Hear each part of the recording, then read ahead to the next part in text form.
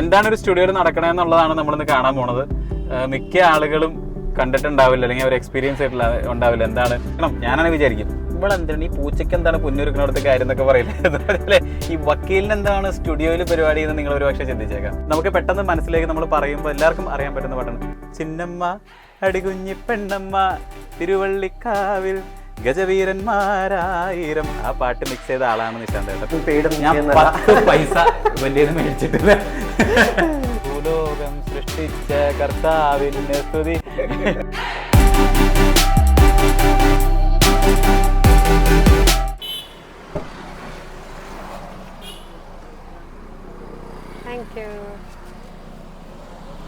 Hello, എല്ലാവർക്കും നമസ്കാരം. ഞങ്ങൾ ഇന്നൊരു ഒരു റെക്കോർഡിങ്ങിന് പോവാണ്.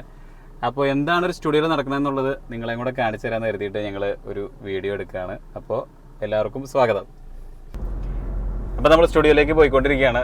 സ്റ്റുഡിയോയിലേക്ക് പോകുമ്പോൾ നിങ്ങൾ വിചാരിക്കും, എന്താണ് ഈ ത്രേസ്യാമയ്ക്ക് സ്റ്റുഡിയോയിൽ പരിപാടി എന്ന് വിചാരിക്കുമോ? എങ്ങനെ വിചാരിക്കണം, ഞാനാണ് വിചാരിക്കും, എന്താണ് ഈ പൂച്ചയ്ക്ക് എന്താണ് പുന്നൊരുക്കണടുത്ത കാര്യം എന്നൊക്കെ പറയില്ലേ, അതുപോലെ ഈ വക്കീലിന് എന്താണ് സ്റ്റുഡിയോയിൽ പരിപാടി എന്ന് നിങ്ങൾ ഒരു പക്ഷേ ചിന്തിച്ചേക്കാം. എന്താ സംഭവം എന്ന് വെച്ചാൽ, ഈ സ്റ്റുഡിയോ ഉള്ളത് തൊടുപുഴ എന്ന് പറഞ്ഞ സ്ഥലം, തൊടുപുഴയിൽ കരിമണ്ണൂർ എന്ന് പറഞ്ഞ സ്ഥലത്താണ്. അപ്പോൾ ഒന്നാമത്തെ കാര്യം എന്ന് പറഞ്ഞാൽ ഞങ്ങളുടെ ഒരു കോമൺ ഫ്രണ്ടാണ് സ്റ്റുഡിയോയുടെ ഓണർ അനന്തു. അപ്പോൾ ഞങ്ങൾ ഇടയ്ക്കിടയ്ക്ക് പോകാറുണ്ട്. പിന്നെ ഇന്ന് പോകുന്ന ഒരു പ്രധാനപ്പെട്ട കാര്യം എന്ന് വെച്ചാൽ, എന്റെ മമ്മി പല്ലൊക്കെ പറിച്ച് വീഡിയോ കോൾ വിളിച്ച് ഭയങ്കര സന്തോഷത്തില് പഞ്ഞിയൊക്കെ തിരികെ വെച്ചിട്ട് അപ്പൊ എന്റെ പല്ല് പറിച്ചു പോയി. എനിക്ക് വേദന എടുത്ത് പല്ല് പോയപ്പോൾ ഉള്ള സന്തോഷം കൊണ്ടായിരിക്കും. മമ്മീനൊന്ന് കണ്ടേക്കാം. അപ്പൊ മമ്മീനൊന്ന് കാണണമെങ്കിൽ സ്റ്റുഡിയോയുടെ അടുത്ത് കുറച്ചടുത്താണ് നമ്മുടെ വീട്.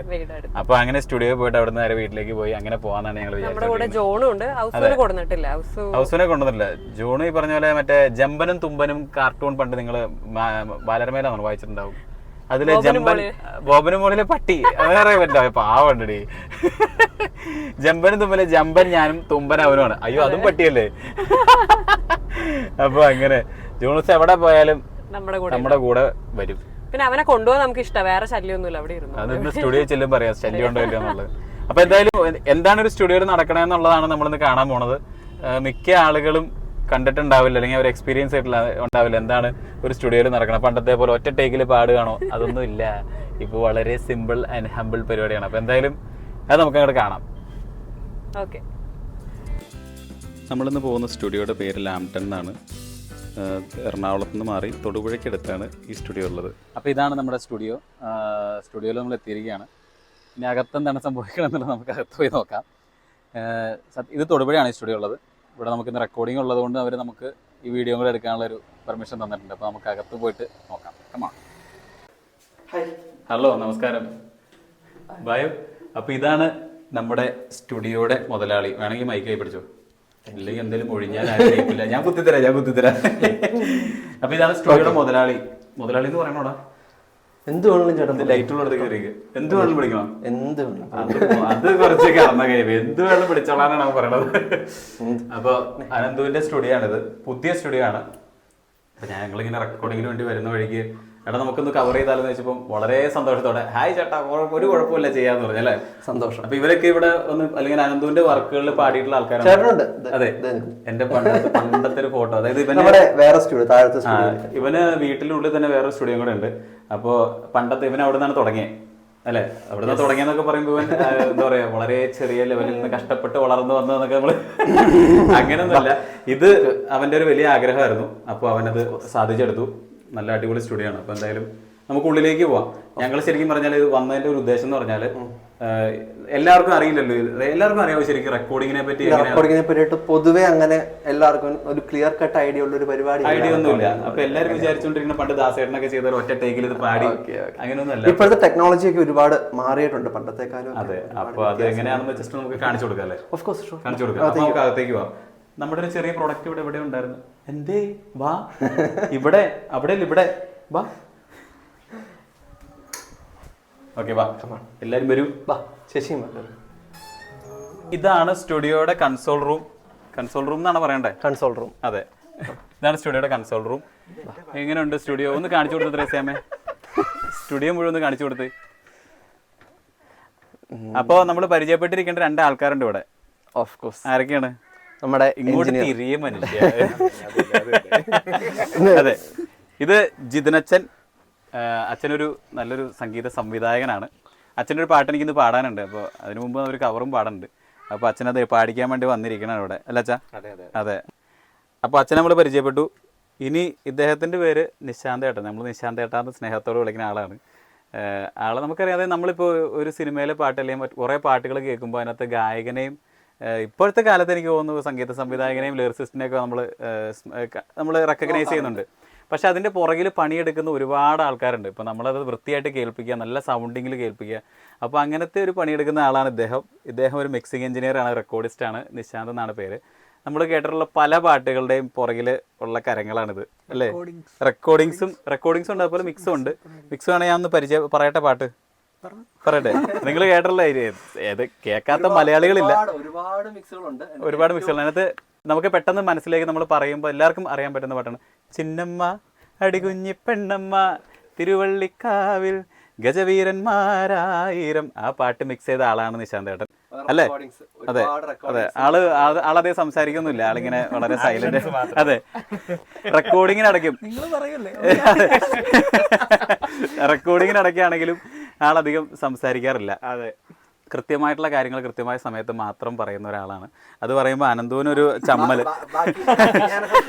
ബാക്കിയെല്ലാം അടുത്ത് തീർക്കും. അതെ, അനന്തുവിന്റെ സംസാരം കൂടിയപ്പോഴാണ് നിശാന്ത് ഏട്ടൻ ഇങ്ങോട്ട് വന്നതെന്നൊക്കെ. എന്തായാലും അപ്പൊ നമുക്ക് എങ്ങനെയാ ഞാൻ ഇപ്പൊ തന്നെ പാടാൻ കയറണോ, അതോ പാടാൻ കയറിയിട്ട് നമുക്ക് ബാക്കി സംസാരിക്കണോ, അതോ എങ്ങനെയാ വേണ്ടേ? പാടാൻ അങ്ങ് കയറാം. ഓക്കെ. അപ്പൊ എന്തായാലും അതിനു മുമ്പ് ഈ സ്റ്റുഡിയോയിൽ എന്തൊക്കെയാ സംഭവങ്ങളെന്നൊക്കെ ഒന്ന് കാണിച്ചു കൊടുക്കണം എല്ലാവർക്കും. അപ്പോൾ നമ്മളിവിടെ കണ്ട് നമുക്ക് ഒറ്റ നോട്ടത്തിൽ കാണാൻ പറ്റുന്ന എന്താ, 2 സ്പീക്കർ, പിന്നെ ഒരു കമ്പ്യൂട്ടർ, പിന്നെ ഒരു കീബോർഡ്, ഒരു മൗസ്, ഇങ്ങനത്തെ സാധനങ്ങളൊക്കെയാണ്. പക്ഷേ നിങ്ങൾ ഇങ്ങോട്ട് നോക്കിയാൽ കുറേ സാധനങ്ങൾ ഇവിടെ അടുക്കി വെച്ചിരിക്കുന്നതാണ്. അതൊക്കെ എന്താണെന്ന് ഒരു പക്ഷേ എല്ലാവർക്കും, എനിക്ക് പോലും സത്യം പറഞ്ഞു കഴിഞ്ഞാൽ ചില സമയത്ത് എല്ലാ സാധനങ്ങളൊന്നും എനിക്കും അറിയില്ല. കാരണം നമ്മൾ പാടുന്നു, നമുക്ക് ആകെ അറിയാവുന്ന സൗണ്ട് കാർഡും കാര്യങ്ങളൊക്കെയാണ്. പക്ഷേ ഇത്രയും സാധനങ്ങളുടെയൊക്കെ ആവശ്യം ശരിക്കും ഉണ്ടോ നിശാന്ത് ഏട്ടാ? ശരിക്കും ആവശ്യമുണ്ട്. ഓക്കെ. അപ്പോൾ ഇത് നമ്മുടെ മാക് മിനി ആണെന്ന് തോന്നുന്നു. ഓക്കെ, ഇതെന്താണ് ഈ കുഞ്ഞൊരു പെട്ടി? Sound card. അതിലാണ് നമ്മുടെ മൈക്ക് ഇൻപുട്ട് എല്ലാം വന്ന് ഓക്കെ അതിൽ നിന്ന് സോഫ്റ്റ്വെയറിലേക്ക് റെക്കോർഡ് ആവുന്നത്. അപ്പോൾ ഇതാണ് സൗണ്ട് കാർഡ്. ഇപ്പോൾ ഇവനാണ് ഇതിനകത്ത് മെയിൻ താരം, അല്ലേ? നമ്മുടെ ഈ സൗണ്ടിങ്ങിൻ്റെ കാര്യത്തിലൊക്കെ എല്ലാം മെയിൻ റോൾ വഹിക്കുന്ന ആളാണ് സൗണ്ട് കാർഡ്. സൗണ്ട് കാർഡ് എൻ്റെ ഉണ്ട്. അപ്പോൾ അതെനിക്കറിയാം. പക്ഷേ ഇതൊക്കെ എന്താ, ഇത് ഈ ബാക്കി സ്റ്റാക്ക് ചെയ്തേക്കുന്ന സാധനങ്ങളൊക്കെ എന്താ? സൗണ്ട് കാർഡിന് വേണമെങ്കിൽ നമുക്ക് പ്രിയാമ്പ് വെച്ചിട്ട് അതിൽ മൈക്ക് വന്നിട്ട് സൗണ്ട് കാർഡിലോട്ട് പോയിട്ട് അപ്പോൾ കുറച്ചും കൂടെ വാംത്തും ക്വാളിറ്റി കിട്ടും. അപ്പോൾ അതിന് വേണ്ടിയിട്ടാണ് ഇപ്പോൾ ഇത് ഉപയോഗിച്ചില്ല എന്ന് കരുതിയും കുഴപ്പമൊന്നുമില്ല. പക്ഷേ ഒരു പ്രൊഫഷണൽ സ്റ്റുഡിയോ എന്നുള്ള രീതിയിൽ നമ്മൾ ചെയ്യുമ്പോൾ അത് ഇങ്ങനത്തെ സാധനങ്ങളും കൂടെ നമ്മൾ ഇതിനകത്ത് ആഡ് ചെയ്യേണ്ടതുണ്ട്. അപ്പോൾ ഇതെന്താണ് ഈ ലൈറ്റ് എത്തിക്കൊണ്ടിരിക്കുന്നത്? ഇത് നമ്മുടെ പള്ളിയിൽ പെരുന്നാളിനൊക്കെ വെച്ചിരിക്കുന്നത്. അത് ഡിസൈബർ ഭംഗിക്ക് വെച്ചേക്കുന്നതാണ്. അതുവഴി വന്നിട്ടാണ് നമ്മൾ സ്പീക്കറിലേക്ക് കേൾക്കുന്നത്. ഓക്കെ, ശരി. സമ്മറാണ്. നമ്മളിപ്പോ സമ്മറായിട്ട് യൂസ് ചെയ്തിട്ടില്ല. ഓക്കെ, ശരി. മോണിറ്ററിംഗ് പർപ്പസിന് വേണ്ടി മാത്രം. അപ്പോൾ ഇതാണ് ഇവിടെ ഉള്ളത്. പിന്നെ ബാക്കിയുള്ളതെന്ന് പറഞ്ഞാൽ സ്പീക്കേഴ്സും കാര്യങ്ങളൊക്കെയാണ്. അപ്പോൾ ഇത്രയും സംഭവങ്ങളാണ് ഇവിടെ ഉള്ളത്. ഇനി നമുക്ക് ഇതിൻ്റെ ഉള്ളിൽ റെക്കോർഡിംഗ് ബൂത്തിൽ എന്താ ഉള്ളത് നോക്കാം. ബാ.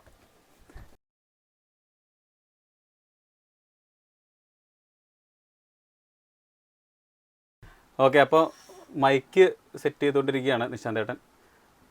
മൈക്ക് നമ്മൾ കാണുമ്പോൾ നല്ല ഭംഗിയുള്ള മൈക്കൊക്കെയാണ്. ഇതാ നമ്മുടെ പാട്ടുകാരനോട് റെഡി ആയിട്ടിരിക്കേണ്ടത് പാടാനായിട്ട്. നീ പാടുന്നുണ്ടോടാ ജോണൂസേ?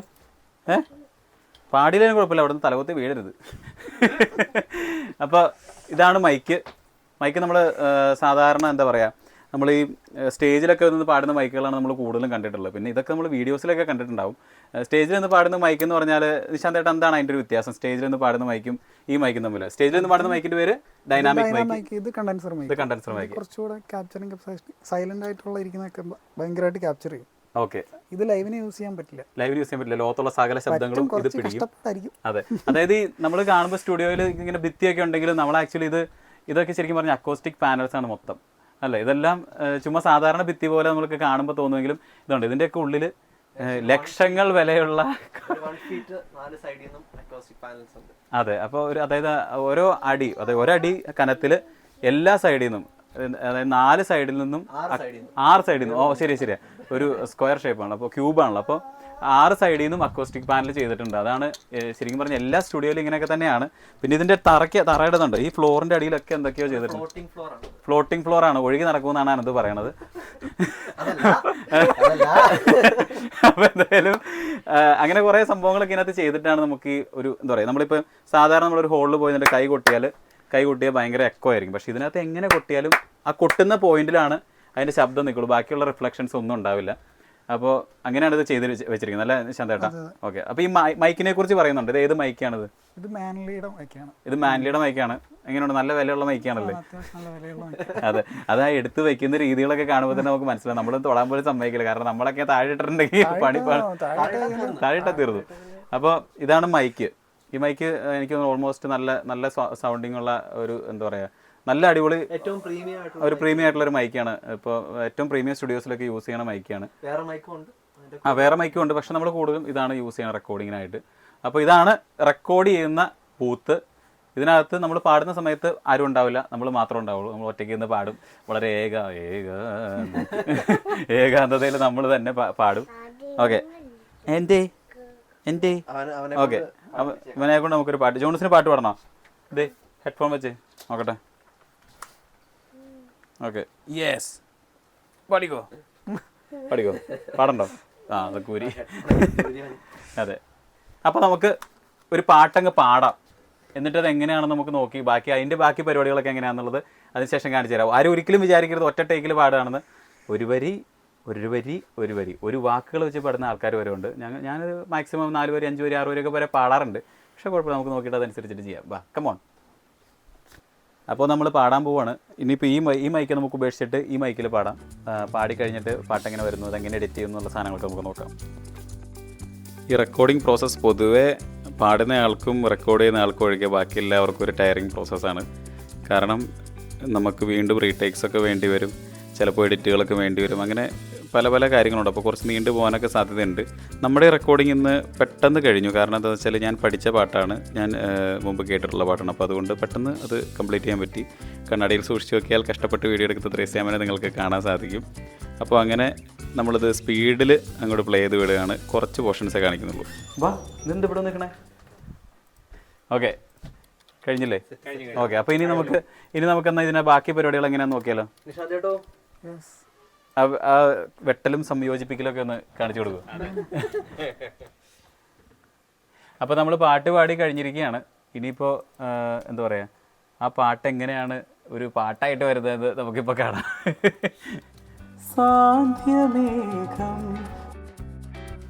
ഇനി അങ്ങോട്ടാണ് പാടിക്കഴിഞ്ഞിട്ടുള്ള പരിപാടികൾ. അതായത് നമ്മൾ പാടിക്കഴിയുമ്പോൾ നമ്മുടെ ശബ്ദത്തിനുള്ള ഈക്വലൈസേഷൻ, അതുപോലെ തന്നെ ഓട്ടോ ട്യൂൺ, റിവർബ്, ഇതെല്ലാം ആഡ് ചെയ്യുന്ന പ്ലഗിൻസ് ആണ് ആ ഒരു ചതുരപ്പെട്ടികൾ പോലെ നിങ്ങൾ സ്ക്രീനിൽ കാണുന്നത്. ഇപ്പോൾ നിശാന്തേട്ടൻ ചെയ്യുന്നതെന്ന് വെച്ചാൽ എൻ്റെ ശബ്ദത്തിൽ ബൂസ്റ്റ് ചെയ്ത് നിൽക്കുന്ന ഫ്രീക്വൻസീസ് പിടിച്ച് താഴ്ത്തി വയ്ക്കുകയാണ്. അപ്പോൾ അത് ഫ്ലാറ്റായിട്ട് നിങ്ങൾക്കെല്ലാം നല്ല വൃത്തിയായിട്ട് കേൾക്കാൻ സാധിക്കും. അപ്പോൾ നമ്മൾ പാടിയ പാട്ടിൻ്റെ വേവ്, അതായത് ആ ഒരു എന്താ പറയുക, ഈ കാണുന്നതാണ് നമ്മൾ പാടിയ പാട്ടിൻ്റെ വേവ്. ഒന്ന് വലുതാക്കി കാണിച്ചു കൊടുത്ത എല്ലാവർക്കും കാണാൻ പറ്റുന്നില്ലേ? അപ്പോൾ അതിനകത്ത് കുറേ ഒരു അഞ്ചാറ് ടേക്കിലാണ് ഞാൻ ഈ പാട്ട് എടുത്തേക്കണത്. അപ്പോൾ കാരണം അതിൻ്റെ ആവശ്യമുള്ളൂ. കാരണം നമ്മൾ ഒറ്റ ടേക്കിൽ എടുക്കുമ്പോൾ ചില സമയത്ത് നമുക്ക് ബുദ്ധിമുട്ടുകളൊക്കെ ഉണ്ടാവും, എന്തെങ്കിലും മിസ്റ്റേക്കുകളൊക്കെ ഉണ്ടാവും. അപ്പോൾ അതുകൊണ്ട് നമ്മളൊരു 4 വരി 5 വരി 6 വരി അങ്ങനെയൊക്കെ ഓരോ ടേക്കിലായിട്ടാണ് എടുക്കണേ. അപ്പോൾ അത് കൂട്ടി യോജിപ്പിക്കുന്ന പരിപാടി ഇപ്പോൾ കാണിച്ചു തരും. അതിൻ്റെ ഇടയ്ക്കുള്ള ശ്വാസം കാര്യങ്ങളൊക്കെ കട്ട് ചെയ്ത് കണ്ടോ, അതെല്ലാം ക്ലീൻ ചെയ്ത് എടുത്ത ഒരു ഇതിപ്പോൾ ക്ലീനിങ് ഒക്കെ കഴിഞ്ഞു ഏകദേശം. അങ്ങനെ എടുത്തൊരു വേവാണിത്. അതെ, ജസ്റ്റ് എല്ലായിടത്തും ഒന്ന് ഫെയ്ഡ് ചെയ്ത് കൊടുക്കും. ഈ പിന്നെ ജോയിൻ ചെയ്യുന്ന സ്ഥലങ്ങളിലൊക്കെ ചെറുതായിട്ടൊന്ന് ഫെയ്ഡ് ചെയ്ത് അങ്ങനെ അതൊരൊറ്റ പാട്ടാക്കിയിട്ട് എടുക്കും. അപ്പോൾ പണ്ടത്തെ പോലെ നമ്മൾ വിചാരിക്കും പണ്ടൊക്കെ എല്ലാവരും ഒറ്റ ടേക്കിൽ പാടിക്കൊണ്ടിരുന്നത്. അവരെയൊക്കെ നമ്മളിപ്പോൾ സ്മരിക്കുകയല്ല, സ്തുതിക്കുകയാണ് ചെയ്യണത് സത്യം പറഞ്ഞാൽ. ഇപ്പോഴത്തെ ഒരു കാലഘട്ടത്തിൽ ആരും അങ്ങനെ പാടാറില്ല. ആരും അങ്ങനെ പാടേണ്ട ആവശ്യമില്ല. അപ്പോൾ കാരണം എന്ന് വെച്ചാൽ നമ്മളിപ്പോൾ ഒരു പാട്ട് ജസ്റ്റ് വരുന്ന കേട്ട് പഠിക്കുന്നു. അപ്പോൾ അത് അങ്ങനെ നമ്മൾ അതിനകത്തേക്ക് മാത്രമല്ല കുറച്ചുകൂടി ഇൻവോൾവ് ആയിട്ട് പാടാനും പറ്റും. അപ്പോൾ എന്തായാലും ഇതാണ്. പിന്നെ അതിനകത്ത് കുറേ പ്ലഗിൻസ് ഉണ്ട്. അതായത് ഇപ്പോൾ റിവർബിന് വേണ്ടിയിട്ട്, ഡിലേക്ക് വേണ്ടിയിട്ട് അല്ലേ. അപ്പോൾ അങ്ങനത്തെ സാധനങ്ങളെല്ലാം ആഡ് ചെയ്ത് പിന്നെ അത് അതിൻ്റെ കറക്റ്റ് ഈക്വലൈസേഷനും എല്ലാം ചെയ്ത് അവസാനം ഒരു നല്ല പ്രോഡക്റ്റാക്കി എടുത്തു തരുന്ന ആളാണ് ദേ ഇരിക്കുന്നത്. ഇങ്ങനെ ഒരുപാട് മിക്സിംഗ് എഞ്ചിനീയേഴ്സ് ഉണ്ട്. അതേ പറഞ്ഞു, ഒരുപാട് മിക്സിംഗ് എഞ്ചിനീയേഴ്സ് ഉണ്ട്. നമ്മൾ വരുമ്പോൾ ഇവിടെ ഒരു മെയിൻ മിക്സിംഗ് എഞ്ചിനീയർ ഉണ്ടായിരുന്നു. അദ്ദേഹം പോകാൻ നിൽക്കുകയായിരുന്നു. നമ്മുടെ എബിൻ ചേട്ടനാണ്, എബിൻ പോൾ. അദ്ദേഹം ഇതുവഴി വന്നപ്പോൾ കയറിയതാണ്, അനന്തുവിൻ്റെ അടുത്തൊരു കാര്യത്തിന് വേണ്ടി കയറിയതാണ്. അപ്പോൾ എന്തായാലും ആളെ നമുക്ക് വീഡിയോയിൽ കിട്ടിയില്ല. ആളെ നിങ്ങൾ പറഞ്ഞാൽ അറിയും അല്ലേ, ബോഗൻ വില്ല പോലെ സുഷിൻ ചേട്ടൻ്റെ എല്ലാ പാട്ടുകളും മിക്സ് ചെയ്യണം. നമ്മൾ ഭൂലോകം സൃഷ്ടിച്ച കർത്താവിന് സ്തുതി ഈ പാട്ടൊക്കെ മിക്സ് ചെയ്തിരിക്കുന്ന ആളാണ്. ബനാനെ ഒരു പൂ തരാമോ. ബനാനയുടെ കാര്യം പറയുമ്പോൾ തന്നെ അച്ഛൻ ചമ്മം. ഈ അച്ഛാകില്ലേ, ഈ സ്റ്റുഡിയോയിലിരിക്കുന്ന ഈ കുട്ടി ഒഴികെ ഒരാൾക്ക് പോലും അച്ഛൻ ഒരു കൊല ഏത്തപ്പഴം ഓഫർ ചെയ്യാത്തായിട്ടില്ല. പക്ഷെ ഒരാൾക്ക് പോലും കിട്ടിയിട്ടില്ല. അച്ഛനൊരു സെമിനാരിയുടെ ഡയറക്ടറാണ്. അപ്പൊ സെമിനാരിൽ ഇഷ്ടംപോലെ വാഴക്കൊലയുണ്ട്. അപ്പൊ അതുകൊണ്ടാണ് അച്ഛൻ ഈ കൊല തരാന്ന് പറയുന്നത്. പക്ഷെ കൊല ഒന്നും ഇതുവരെ കൂടെ എത്തിയിട്ടില്ല അല്ല അച്ഛാ. പക്ഷെ ഇത് ഞാൻ പറഞ്ഞുകൊണ്ട് എന്തായാലും അടുത്ത ആഴ്ച എനിക്ക് കൊല കിട്ടും. കൊല എനിക്ക് എന്തായാലും കിട്ടും. അപ്പൊ എന്തായാലും ഇത്രയാണ് നമ്മുടെ വീഡിയോ. ഇതാണ് നമ്മുടെ ഈ സ്റ്റുഡിയോയുടെ പേര് ലാംടൺ എന്നാണ്. ലാംടൺ എന്ന് പറഞ്ഞാൽ എന്താണ്? 10 തിരി. അതെ, ഭയങ്കര അർത്ഥമുള്ളൊരു പേരാണ് ഈ 10 തിരികൾ എന്നുള്ളതാണ് അനന്ത് പറയണത്. അപ്പോൾ എന്തായാലും നല്ല അർത്ഥങ്ങളുള്ള ഈ സ്റ്റുഡിയോ ഒരു വലിയ വിജയമായി തീരട്ടെ നിങ്ങൾ ആശംസിക്കുകയാണ്. മിസ്റ്റർ വേതാളം, നമുക്ക് ഈ സ്റ്റുഡിയോയുടെ ബാക്കി സ്ഥലങ്ങളൊക്കെ കണ്ടാലോ? കാണാടാ. ഈ മിണ്ടാണ്ടിരിക്കണ എന്താ പറയാടാ അങ്ങോട്ട് കാണാന്ന്. യെസ് എന്ന് പറ. ജാടത്തേണ്ടി. അപ്പോൾ അനന്തു എഴുന്നേക്ക്. നീ മൈക്ക് അനന്തുവിന് കൊടുക്കാം. ഓക്കെ, അപ്പോൾ കുത്തി വയ്ക്കുക, നെഞ്ചത്ത് കുത്തി കയറ്റണം. അപ്പൊ നമുക്ക് ഈ സ്റ്റുഡിയോയില് ഇനി എന്തൊക്കെയാണ് ബാക്കി എന്തൊക്കെയാണ് ഇവിടെ വല്ല രഹസ്യ മുറികളൊക്കെ ഉണ്ടോ എന്നൊക്കെ നമുക്ക് മറ്റേ നിലവറകളൊക്കെ ഉണ്ടോ നമുക്കൊന്ന് പരിശോധിച്ചിട്ട് വരാം. 2 രഹസ്യമുറികളുണ്ട്. അതെ ചേട്ടൻ ചോദിച്ചവർ ഇവിടെ വേറെ 2 മുറികളും കൂടെ ഉണ്ട്. അപ്പൊ ഫസ്റ്റ് റൂം നമ്മുടെ ഇത് ഒരു ജാമിങ് നമുക്ക് പ്രാക്ടീസ് ചെയ്യാന്, പിന്നെ നമ്മുടെ എന്റെ പ്രൊഡക്ഷൻ വർക്കുകളൊക്കെ അങ്ങനത്തെ അങ്ങോട്ട് കയറണ്ടാത്ത സമയത്തുള്ള വർക്കുകള്, പിന്നെ നമ്മുടെ പരിപാടികള്, ചെറിയ റെയിൻ സ്റ്റിക്ക് ചേട്ടൻ എടുത്തിട്ട് തിരിച്ചത് നമ്മൾ SFX യൂസ് ചെയ്യുന്ന മഴ പെയ്യുന്ന ആ ഒരു ഫീൽ ഇല്ലേ, വെള്ളം വീഴുന്നു. റെയിൻ സ്റ്റിക്ക് എന്നാ അതിന്റെ പേര്. ബാംബൂവിൽ ഇങ്ങനെ ഞാൻ സത്യം പറഞ്ഞത് കണ്ടിട്ടുണ്ടായില്ല. നമ്മൾ ഈ SFX പരിപാടി അങ്ങനെ പല സാധനം ഉണ്ട് ഇവിടെ അവിടെയൊക്കെ ആയിട്ടുണ്ട്. കൊള്ളാം. പ്രൊഡക്ഷൻ പരിപാടികൾക്ക് യൂസ് ചെയ്യുന്ന അത് കൊള്ളാം, നല്ല രസമുണ്ട്. പുതിയ ഗീത്താറാന്നുണ്ടല്ലോ. മറ്റേ ഇത് ഗീത്താറിന്റെ കഥ പറയണ്ട എന്നാലും പറയാം. കഴിഞ്ഞ ദിവസം ഒരു പരിപാടിക്ക് അനന്ത് പോയിട്ട് ഗീത്താറിന്റെ അറ്റത്തൊരു പൂത്തിരി ഫിറ്റ് ചെയ്ത് വായിച്ചുകൊണ്ടിരിക്കുമ്പോൾ ആ പൂത്തിരി പൊട്ടിത്തെറിച്ചു. ഭാഗ്യം കൊണ്ടാണ് രക്ഷപ്പെട്ടത്. ഇതിന്റെ ബാക്കിൽ ഫുള്ള് ഒരു ഗീത്താറിന്റെ കാര്യം തീരുമാനമായി. അപ്പൊ പുതിയ ഗീത്താറാണ് ഇതായിരിക്കുന്നത്. ഇതിനകത്ത് കീസ് ഏതെന്ന് പറയാൻ ഫുൾ ബ്ലാക്ക്. ഇനി ഇതിന്റെ ഉദ്ദേശം എന്ന് വെച്ചാൽ ആദ്യത്തെ വൈറ്റ് ഗീത്താറായിരുന്നു. അപ്പൊ അതില് മറ്റേത് പൊട്ടിത്തെറിച്ചപ്പോ അത് അത്രയും ഭാഗം കറുത്തുപോയി. അപ്പൊ ഇതാകുമ്പോ ഇനി അങ്ങനത്തെ ഒരു പ്രശ്നം ഉണ്ടാവില്ല. ഇനി പൊട്ടിത്തെറിച്ചാ തീർന്നു. അപ്പൊ ഇതാണ് നമ്മുടെ പരിപാടികളെല്ലാം ചെയ്യുന്ന, നമുക്ക് ജാമിംഗ് ഒക്കെ ചെയ്യാൻ പറ്റുന്ന ഒരു മുറിയാണിത് അല്ലേ. ഇപ്പൊ ജാമിങ്ങിന് വേണ്ടിയിട്ട് വല്ല ആൾക്കാർ വേണം, നമുക്ക് അതിന് വേണ്ടിയിട്ടുള്ള സെറ്റപ്പുകളൊക്കെ ഇതിനകത്ത് കയറും. മറ്റേ എക്സ്ട്രാ സ്പീക്കേഴ്സ് പരിപാടികളൊക്കെ ചെയ്യും. പിന്നെ നമുക്കുള്ളത് അങ്ങോട്ട് ചെറിയൊരു നമുക്കൊരു റിഫ്രഷ് ചെയ്യാനും റെസ്റ്റ് എടുക്കാനൊക്കെ ഉള്ള ഒരു മുറി ഉണ്ട്. അത്രയൊക്കെ ഉള്ളൂ. നമ്മുടെ മറ്റേ ട്രാൻസ്ഫർ ഓഫീസ് ഇതാണ് നമ്മുടെ റിസപ്ഷനിസ്റ്റ് ഇരിക്കുന്ന റൂം അല്ലേ. റിസപ്ഷനിസ്റ്റ് ഉണ്ട്. ഒരു പയ്യനുണ്ട് നമുക്ക്. അപ്പൊ ഇതാണ് ലാംടൺ സ്റ്റുഡിയോയുടെ ലോഗോയും കാര്യങ്ങളൊക്കെ. അയ്യോ ജോൺസ് ബാബാ നിന്നോട് പറഞ്ഞല്ലേ കുഞ്ഞു അങ്ങനെ കയറരുതെന്ന്. പേടിച്ചു മതിയടി വാ, സെറ്റായില്ലേ. അപ്പൊ ഇത്രയാണ് ഈ സ്റ്റുഡിയോയിലുള്ളത്. പല സ്റ്റുഡിയോകളും പല രീതിയിലാണ്. അപ്പൊ ഇപ്പൊ ഇത്രയൊക്കെ കാണിച്ചപ്പോ ഇനിയിപ്പോ പെയ്ഡ് പ്രൊമോഷൻ വീഡിയോ ആണെന്നൊക്കെ വിചാരിക്കും. ഞാൻ 10 പൈസ ഇവന്റെ മേടിച്ചിട്ടില്ല. അപ്പൊ ഞാനിങ്ങനെ വന്നപ്പോ നിങ്ങൾക്ക് ഇതിന്റെ ഒരു പരിപാടികളൊക്കെ കാണിച്ചു തരാൻ വേണ്ടി എത്രമാത്രം കൺവേ ആയെന്നുള്ളത് അറിയില്ല. അപ്പോൾ എന്തായാലും നമ്മളെ കൊണ്ട് പറ്റുന്ന പോലെ നമ്മൾ ചെയ്ത് കാണിച്ചു തന്നു. അപ്പോൾ ഇതാണ് ഒരു സ്റ്റുഡിയോയിലെ പരിപാടികൾ. അപ്പോൾ അടുത്തൊരു വീഡിയോ ആയിട്ട് നമുക്ക് കാണാം. ബൈ.